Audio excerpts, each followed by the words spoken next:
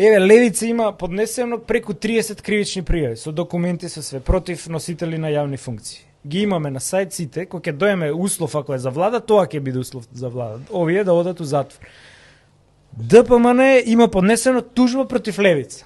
Наместо да поднесува против СДС, против вакво, еве, градоначалници дојдеа, направи ревизија, види предходникот. Ама така беше кампањата. Така, така беше кампањата, да. И сега он не му поднесува на СДС, на Левица му поднесува. Сега сме на рочиште некој, Мицко не тужи нас за клевета.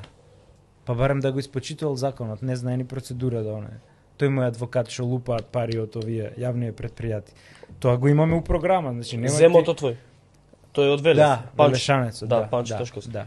Прерипале процедура, сега ќе ги добиеме. Ја извини вака на ти, ама те чувствувам за човек кој што е млад по дух и сега не ги кој што не е Маришик и кој што не е Маришик или кој што не пати од суети као некој други. Ние со ограничените ресурси кои ги имаме, даваме се од себе да остане трак, институционална меморија, пошто јас сум правник, малце да е легално, утре да има црно на бело дека некој поднел против некој докази ово, па да викнеш обвинител зашто не си работел случајов, па да го бркаш после од ти бил со вие со ние.